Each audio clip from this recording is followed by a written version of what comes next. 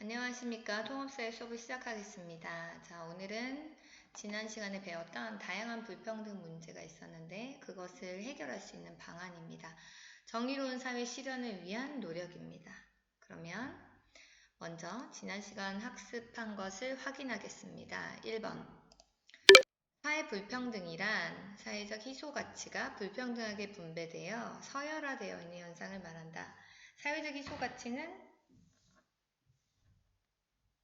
돈, 지위, 명예처럼 사람들이 원하는 거죠. 두 번째, 사회적 약자에 대한 선입견이나 편견, 한쪽으로 치우친 생각, 편견이라고 하죠. 편견에 의해서 발생하는 불평등은 구성원의 개인적 권리를 침해한다. 맞죠?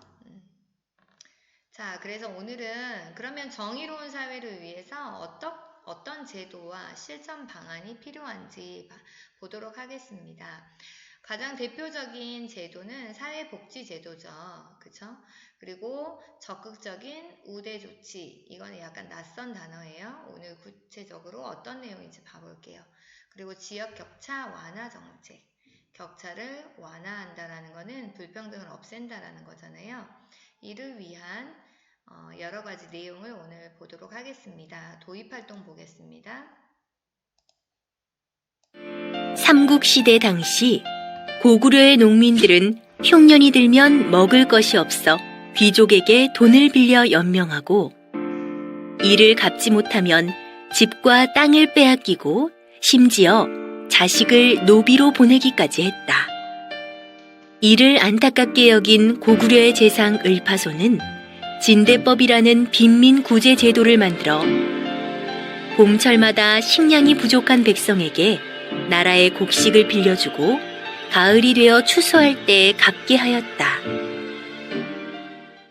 국가가 위와 같은 노력을 한 까닭은 무엇일까? 네, 국가가 진대법과 같은 그런 제도를 실시하는 이유는 무엇일까요? 당연히 모든 사회 구성원, 특정 사회 구성원이 아니라 모든 사회 구성원이 기본적인 욕구죠. 그 빈곤이라는 그런 기본적인 결핍을 없애기 위해서 그리고 모두가 함께 행복하게 살아갈 수 있는 정의로운 사회를 만들기 위해서 국가가 이와 같은 노력을 합니다. 이번에 코로나19 사태를 보더라도 여러분 한 명만 노력해서는 되지 않는다는 사실을 보았을 거예요. 그렇죠? 우리 모두가 깨닫고 있습니다. 한마디로 어떤 특정 사람들만 노력해서는 바뀌지 않는다는 거죠. 그리고 안전한 사회를 만들 수 없다라는 겁니다. 모두 함께 조심하고 모두 함께 노력할 때 우리 사회는 안전하고 행복한 사회가 될 수 있다는 거죠. 이것이 바로 연대의 힘이고 선생님이 1학기 때 아마 패스트라는 그 책 읽어드립니다. 라는 그 영상을 아마 보여줬을 거예요. 그쵸? 전염병 앞에서 인간들이 연대하는 그 힘과 그 능력 그리고 그 효과에 대해서 말을 했었는데요. 이와 같이 정의로운 사회라는 것은 평등하고 모두가 함께 누릴 수 있는 사회라는 겁니다. 그쵸? 그러면 사회 불평등 현상의 양면성을 볼게요. 양면이라는 거는 우리 동전의 양면이라고 하잖아요. 앞뒷면이 있다라는 거죠. 긍정도 있고 부정도 있다라는 겁니다. 어느 정도의 불평등은 개인이 열심히 했을 때 나는 저 사람보다 노력해서 나는 저 사람보다 더 잘 살아 라는 어떤 동기를 북돋아 주기도 합니다. 엄청나게 수준 높은 동기는 아니지만 내가 남들보다 더 노력해야겠다라는 그런 동기, 이런 동기는 사회 발전에 기여를 하죠. 하지만 부정적인 측면도 있습니다. 부정적인 측면은 그쵸, 개인의 능력 발휘의 기회를 빼앗죠. 그래서 지난 시간에 쌤 말한 것처럼 출발선이 다르다는 거예요. 아예. 그쵸. 같은 출발선에서 노력을 했을 때 더 잘 살게 돼요. 이거는 아까 긍정적 측면에서 동기부여가 있지만 태어날 때부터 출발선이 다르다라는 거, 이거는 문제가 있죠. 그래서 집단 간의 대립과 갈등을 일으키고 이것은 결국에 우리 사회에게 사회 불평등 문제에 해결해야 돼 라는 필요성을 느끼게 합니다. 두 번째, 그러면 어떤 노력이 필요할까? 당연히 1번 사회복지제도입니다. 이것은 무슨 의미냐? 사회 구성원이 되게 수준 높은 욕구가 아니고요. 기본 욕구예요. 기본 욕구. 우리 예전에 욕구 피라미드 아마 쌤이랑 그려봤을 거예요. 1학기 때 행복에 대해서 배우면서 우리가 먹고 자고 안락하게 인간으로서 지낼 때에 가장 높은 욕구 있죠. 자아실현의 욕구나 그리고 다른 사회적 관계의 욕구나 이런 것들을 채울 수가 있지. 배고프고 너무 힘들고 너무 춥고 너무 더워서 일상생활이 힘들다면 당연히 이거는 그 다음 욕구를 충족할 수가 없겠죠. 그래서 기본적인 욕구를 충족하고 정상적인 생활을 할 수 있게 지원하는 제도가 필요합니다. 이것을 우리는 사회복지제도라고 하고 사회계층의 양극화, 지난 시간에 모래시계 선생님이 설명했었어요. 모래시계 양 끝으로 몰려있죠. 양 끝으로 몰려있고 허리가 너무 날씬해서 중간계층이 없고 아예 잘 살거나 아예 못 사는 양극화를 줄여야 된다는 거죠. 그리고 수혜층이라는 것은 혜택을 받는 층, 최소 수혜층. 그래서 수혜를 많이 받지 못하는 사람들의 기본적인 생활 수준을 보장하는 것이 바로 사회복지제도입니다. 종류는 사회보험과 공공부조와 사회서비스가 있습니다. 자, 선생님 지금 화면에 그냥 원을 가상으로 그려볼게요. 사회복지제도에서 가장 작은 범위, 가장 힘든 사람들을 도와주는 게 공공부조입니다. 그래서 원이 되게 작아요. 지금 선생님 되게 작게 그리고 있어요. 그 다음에 사회보험은 대부분의 사람들이 다 같이 함께 가입하는 거예요. 그리고 사회서비스는 정말 전 국민이 다 같이 누릴 수 있는 거예요. 그래서 공공부조, 사회보험, 사회서비스 이렇게 원이 점점 커집니다. 그래서 외울 때는 선생님은 공공부조부터 외우세요 라고 말을 해요. 가장 작은 범위죠. 그래서 최소 수혜층을 도와주는 거. 이것이 바로 공공부조고요. 그리고 사회보험, 우리 의료보험은 대다수 많은 국민들이 넣잖아요. 가입되어 있잖아요. 강제로. 그리고 강제라는 단어보다 이제 의무로. 그쵸. 그리고 제일 큰 게 사회서비스. 이렇게 종류가 3개로 나뉩니다. 그러면 먼저 공공부조를 먼저 할게요. 먼저 공공부조는 국가가 전액을 지원을 하는데 정말 저소득계층 이거는 국가가 선별을 하는 거예요. 저 받고 싶어요 이게 아니고요. 저소득계층을 증빙을 하면 여기에 대해서 국가가 최소의 삶 여기서 최소 삶은 뭐예요? 기본적으로 먹고 사는 거. 그 다음에 건강보험 같은 거 있죠. 건강보험인데 의료급여. 그러니까는 의료적인 서비스를 누릴 수 있는 급여를 나라에서 제공하는 거죠. 그래서 여러분 가장 많이 들어본 기초생활보장제도, 기초연금, 의료급여. 이게 바로 공공부조입니다. 그래서 가장 힘든 계층을 도와주는 거. 네, 공공부조고요. 두 번째는 사회보험인데 사회보험은 우리 모든 구성원이 일반적으로 가장 많이 그 위험을 받는 게 있잖아요. 그건 당연히 건강이죠. 건강. 그래서 여러분이 병원을 가면 많이 돈을 내지 않죠. 3,000원 미만으로 주로 내잖아요. 그거는 우리가 다 같이 의료보험을 다 같이 들었기 때문이에요. 우리 국민이.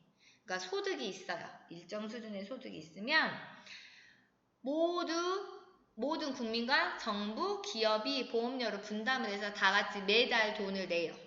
그쵸? 그래서 여러분 월급 받으면 의료보험비 내잖아요. 그쵸? 그래서 이 보험료를 내면 이걸 다 나라에서 관리를 하게 되고 그리고 우리가 병원에 갈 때는 소액만 내는 거예요. 그리고 국민건강보험공단에서 그 병원에 지급을 하죠. 환자를 본 그 의료 수가를 지급을 합니다. 그래서 국민건강보험, 그 다음에 고용보험은 뭐냐면 실업을 대비하는 거. 지금 여기서 위험을 대비하는 건데 위험이 건강, 그죠? 그 다음에 실업에 대한 거, 그 다음에 산업재해.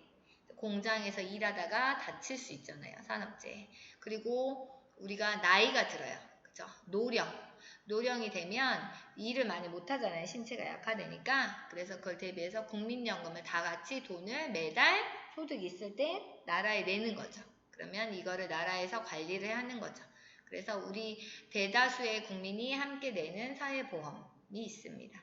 그리고 이제 세 번째는 사회 서비스인데요. 이거는 그냥 우리 국민 모두가 다 함께 누리는 서비스야 라고 생각하면 돼요. 그래서 이제 이거는 신청을 하거나 그 다음에 어떤 기준에 이제 부합이 되면 신청했을 때 나라에서 지원을 해주는 거죠.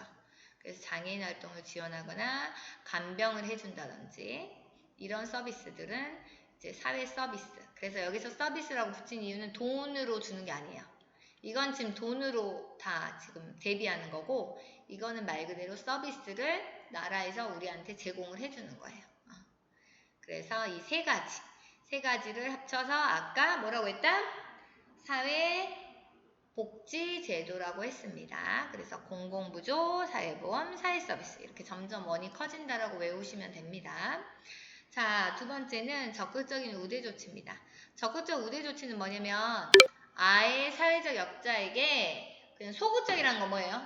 냅두는 거죠. 그냥 소극적으로 하는 건데 이거 뭐냐면 적극적으로 더 잘해주는 거예요. 우리가 힘든 사람한테는 그냥 놔두는 게 아니고 적극적으로 내가 다가간다고 생각하면 돼요. 그러니까 오히려 우대를 해준다라는 거예요. 우대. 더 혜택을 준다라는 거죠. 그래서 사회적 약자에게 혜택을 제공하는 제도를 적극적인 우대 조치라고 합니다. 자, 종류는 뭐가 있냐면 여성 할당제. 여성에게 채용이나 승진 및 공직 진출의 혜택을 주는 거죠. 여성한테 이 정도 퍼센트는 여성에게 줘라라는 겁니다. 그래서 사회적 약자를 더욱더 우대를 해주는 겁니다. 대표적인 게 장애인 의무 고용제도인데 기업이나 관공서에서 일정 비율 이상의 장애인을 고용을 해야 되는 거죠. 그래서 몇 프로 이상은 장애인을 우대를 해줘라 라는 게 적극적인 우대 조치입니다. 그 다음이 마지막이 지역 격차 완화 정책인데 우리가 공간 불평등이라고 우리가 배웠잖아요. 지난 시간에. 도시와 농촌 간의 불평등한 현실. 수도권과 비수도권으로 이제 나뉘어서 의료나 그다음 문화시설이 너무 달라요. 그쵸? 이런 불평등을 없애자라는 게 지역격차 완화 정책인데 균형적으로 발전하자는 거고 구체적인 정책은 일단은 기능을 너무 몰아주지 말자는 거예요. 수도권으로. 우리가 몰아주면 인구도 더 몰리고 인구에 따라서 자본이 따라오죠. 돈도 몰리고 문화시설도 따라오니까 분산하자는 거예요. 대표적인 게 우리 나주 혁신도시에 한전이 왔잖아요. 한국전력이. 이거는 이제 예전 정부 때 공공기관을 지방으로 다 내려보내자라고 해서 이전을 했기 때문이에요.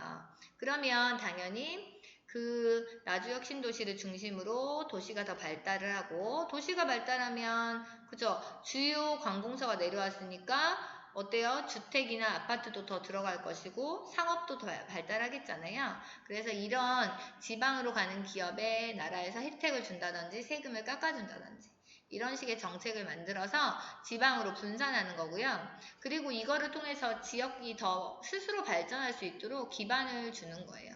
아무것도 주지 않고 발전해라 이게 아니라 이제 스스로 이런 어떤 매개체를 주고 스스로 이제 더 발전할 수 있는 그런 기회를 나라에서 만들어주고 지역 브랜드 그래서 뭐 장흥 뭐 한우 뭐 이런 거 있잖아요. 그래서 그 지역을 대표하는 농산물이나 산업 같은 거 그래서 브랜드를 만들 수 있도록 그리고 장소 마케팅 핫한 장소에 우리가 가잖아요. 그쵸? 가가지고 어때요? 사진도 찍고 거기서 이제 돈을 많이 쓰게 되죠. 이런 장소 마케팅 같은 거. 이런 것들 정책을 하게 됩니다.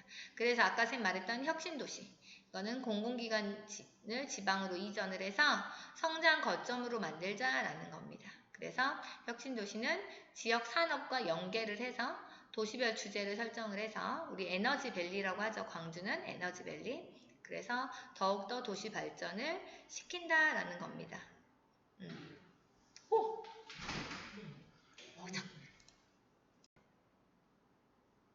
네, 그래서 정부가 전국 각지의 혁신도시를 지정하여 조성하는 까닭은 무엇일까요? 그쵸? 공간 불평등을 해소하는 거, 그리고 국토가 균형 발전하기 위함이다 라고 했습니다. 나머지는 구체적인 거는 우리 만나서 선생님이 다시 한번 다 또 복습을 하잖아요. 그죠? 다시 설명을 또 해줄게요. 그리고 오늘 문제 확인해 볼게요. 여성 할당제와 같이 사회적으로 차별받는 사회적 약자에게 혜택을 주는 것을 무슨 제도? 그렇죠. 적극적으로 우대한다. 미리 하자는 거. 미리 우대한다라는 겁니다. 그리고 사회 불평등 문제를 해결해야 되는 이유는 무엇이죠? 그쵸. 개인의 능력을 발휘할 기회를 빼앗죠. 그쵸. 그리고 이제 대립과 갈등을 일으키고 가장 우리가 계속 지금 몇 시간 동안 하는 주제, 정의. 정의에는 안 맞죠. 그죠? 그래서 평등이 곧 정의로 이어지기 때문에 정의로운 사회 실현을 가로막으면 안 되죠. 그래서 사회 불평등 문제를 해결해야 합니다. 자, 오늘은 여기까지 하도록 하겠습니다. 수고하셨습니다.